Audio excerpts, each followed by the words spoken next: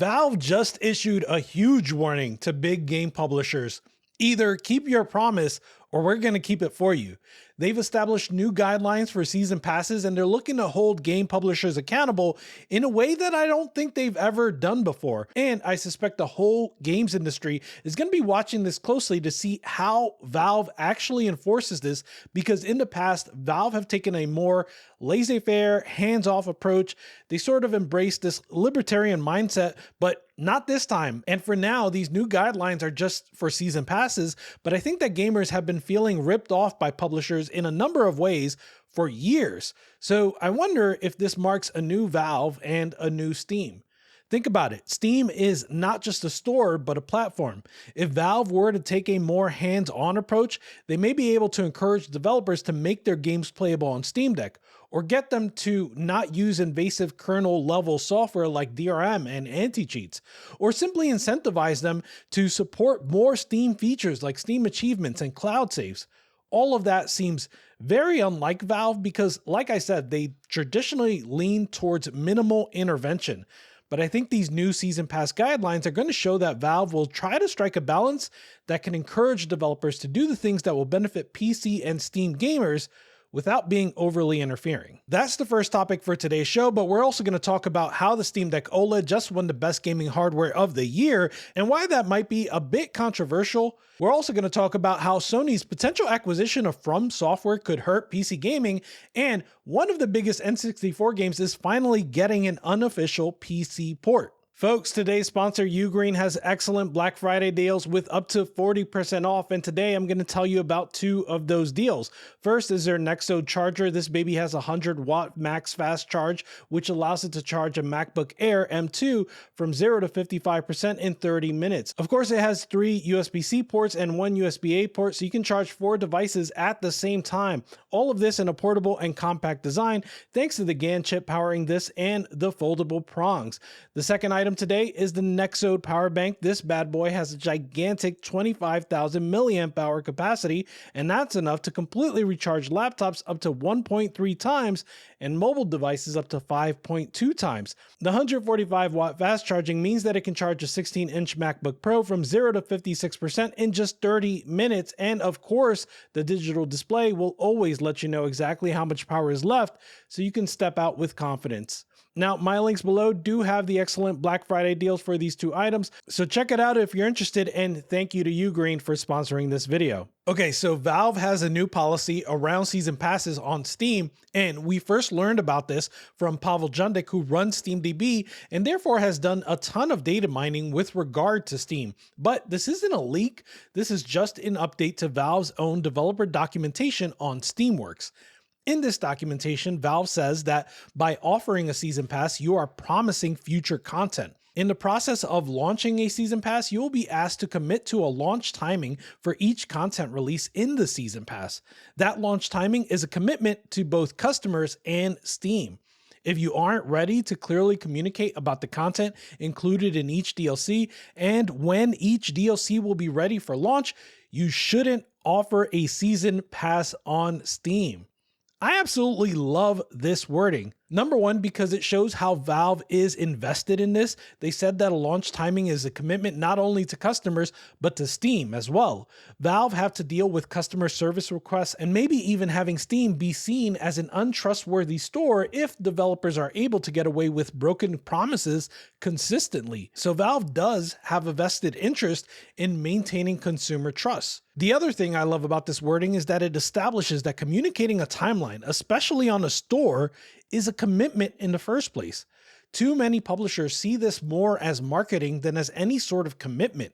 And yes, things do happen and there are risks, but if you're not ready to communicate a timeline and stick to it, then don't. No one is forcing you to do it. And again, you're specifically doing it to raise interest and awareness, and at the end of the day, money. But that money isn't free. It's a commitment.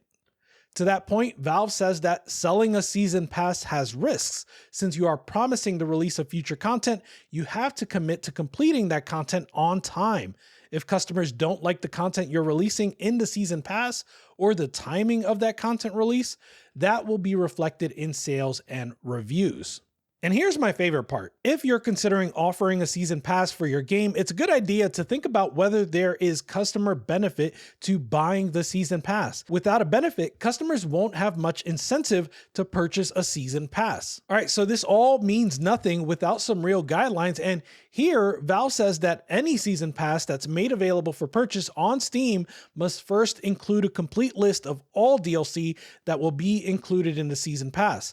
Second, it should have a basic description of the content that's included in each DLC, and it doesn't need to be particularly detailed to give the example of, quote, new weapons or 2 new weapons as being acceptable examples.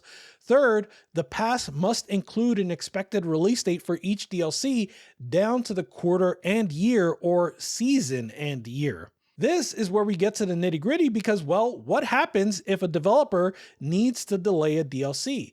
Valve says, we understand that game development doesn't always go as planned. If you think you aren't going to be able to release a DLC into the season pass by the quarter you promised, we allow you to self-reschedule the release date one time only during the season pass. You can pick a new date up to 3 months later than you originally selected.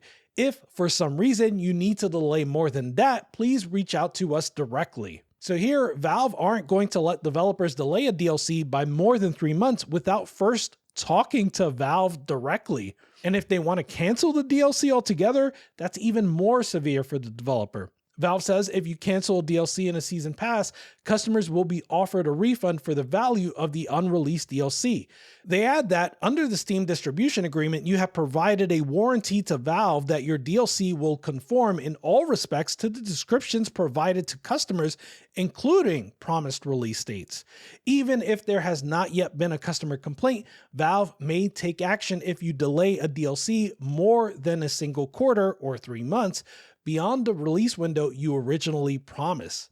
I love that. Valve may take action if you delay a DLC by more than a quarter. Here, they're very clearly stating that they're going to get involved if you're breaking promises that you made to the customer. But what sort of actions might they take? Well, apparently this could include removing the season pass from sale on Steam, refunding all customers who purchased the season pass for the value of the unreleased DLC, or allowing customers the option of refunding the entire season pass. Again, all of these actions that can and should be punishing to game publishers represent Valve taking an active role and sort of intervening in their market rather than simply letting things play out and take their own course. Generally, this is something that Valve just doesn't do very often. Maybe you can point to them banning crypto or taking a harder stance on AI art, or you can point to Valve changing what was allowed on capsule art so that it wouldn't be misleading or used for more advertising. But all of these are relatively recent in the history of Valve and shows that Valve is beginning to get more involved as time passes. Of course, Valve still wants to give game developers freedom, even to do the things that Valve doesn't necessarily approve of. If game devs want to release games with Denuvo or BattlEye, Valve wants to let them do that. But they also want customers to know what they're getting up front, and they want to hold game developers accountable if those developers can't keep their promises. That is the sort of reasonable balance that I think Valve is beginning to strike here, and I think it makes sense. Now, would I also like to see them set up some structure where maybe games that are playable on Steam Deck are offered a reduced cut from Valve? Sure, especially if that savings gets passed on to the customer. Personally, I'd love it if all games also supported Steam Cloud saves, so in my mind there's more to be done here, but only time will tell how far Valve is willing to get involved. Speaking of intervention, here's a weird one. Senator Mark Warner wrote a letter to Gabe Newell, and the language is interesting here because it alludes to what I was just describing.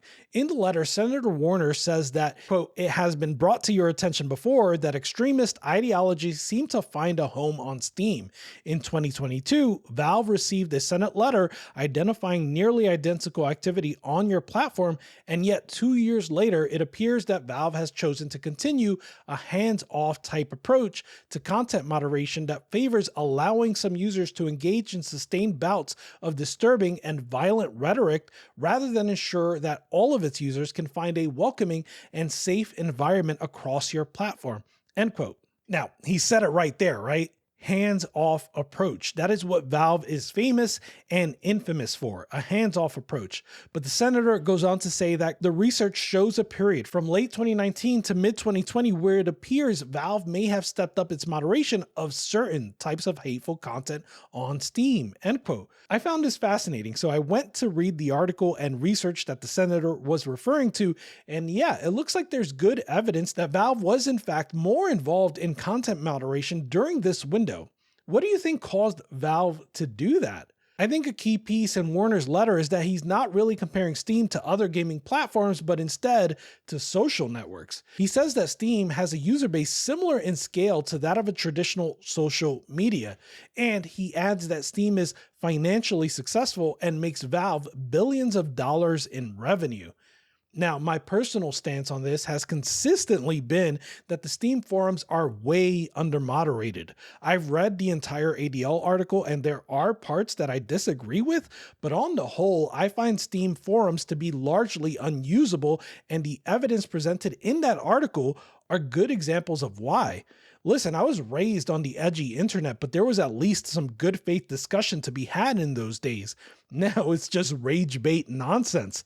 Many people may be okay with that, but I personally would find a lot more usefulness in the Steam forums if they had like any reasonable level of content moderation. So guess what, that gang? The Steam Deck OLED was just awarded the best gaming hardware of 2024 by the Golden Joystick Awards. You can think of these awards as the People's Gaming Awards because each category is voted on by the public online via Games Radar Plus. The other nominees in this category were the Asus ROG Zephyrus G14 2024 edition, that's a gaming laptop, the Backbone 2nd Gen, that's a telescopic controller for your smartphone, the LG Ultra Gear 32, that's a 32-inch 240Hz OLED gaming monitor that retails for over $1,000, the NVIDIA GeForce RTX 4070 Super, which, you know, it's an NVIDIA graphics card, and the Turtle Beach Stealth Ultra, that is a premium elite controller from Turtle Beach. The Steam Deck actually also won Best Gaming Hardware back in 2022 for the LCD model, so pretty cool to see it win this category once again, and definitely goes to show the popularity of the Steam Deck. In between the Steam Deck sandwich, PSVR 2 won Best Gaming Hardware in 2023. Some other winners for Golden Joystick Awards were Helldivers 2 for Console Game of the Year, Balatro for Indie of the Year, Team Asobi for Studio of the Year, and Black Myth Wukong for Game of the Year. For me personally, I would say that the ROG Ally X was conspicuous for its absence from this hardware list. Obviously, they were going for a variety of hardware for the nominees. We got one gaming laptop, one smartphone controller, one monitor, one graphics card, an Elite controller, and one PC handheld. But I think the ROG Ally X was something special, and it deserved to at least be considered for this category. I'm still a big fan of my Ally X, and I've been rocking it consistently, but hey, that's just me. Speaking of the Ally X, Valve is once again up to some funny business. In one of the latest Steam client betas, they had a patch note that said they fixed duplicate controllers showing up on the ROG Ally X. Now, like I said, this is for the Steam client beta, not SteamOS, so it is likely that this does in fact impact real people using the ROG Ally X either on Windows or on Linux. I'm using Bazzite and I didn't notice any duplicate controllers, but again, that could just be me. Horizon Zero Dawn Remastered has now been rated verified for the Steam Deck. This one is a little surprising for me. Sure, the original was rated verified, but this remaster raises the floor for minimum requirements considerably. This game will run on the Steam Deck, but here is some footage from Deck Wizard, and I think it's pretty indicative of what you'll get, and based on this, I would struggle to call this verified. In other news, you may have heard that Sony is in talks to acquire Kadokawa, the parent corporation of From Software, you know, the devs behind Elden Ring, Armored Core 6, and the Demon's Souls series. I wanted to mention this because I think it could have a significant impact on people that play these games exclusively on PC, like me. Sony has become more open to PC ports, but usually after a delay. Now imagine if Elden Ring 2 becomes a PlayStation timed exclusive, and then imagine it requires a PSN login when it finally comes to PC a year or so later. And of course, that's assuming it comes to PC. PC. We still haven't seen a port of Demon's Souls or Bloodborne to PC, and sure, I think they'll come eventually, but that just goes to show the sort of timeline we might be in for with Sony at the helm. As I understand it, there is reason to believe that Kadokawa was otherwise facing a hostile takeover and that this may be the best way forward for them, so I don't begrudge it, but it seems like unfortunately there may just be no good answer here. All right, I have to leave you with a fun, feel-good story. 2 years ago, a community of developers who go by the name of Harbor Masters released one of the best unofficial ports we've ever seen. It's called Ship of Harkinian, and it's a complete source port of Ocarina of Time that runs on Windows, Linux, and more. That team has just now announced a new project called Starship, a complete PC port of Star Fox 64. They say that, quote, "Thanks to the hard work and dedication of many others over the course of several months, we have gotten the game to a state where we feel comfortable showcasing it for you." End quote. Of course, you've probably been emulating Star Fox 64 for a long time, but native ports are always something I get excited about. In this case, you get higher resolution support without stretching the UI, you get ultra wide resolutions and high frame rates, it runs more efficiently, and there's a ton of potential for modding. Now, I don't know if Starship is available for download yet. I haven't seen it, but I'll keep you updated as time goes on. All right, that's going to do it for this episode. I hope you're all having a wonderful week. That gang out. Goodbye.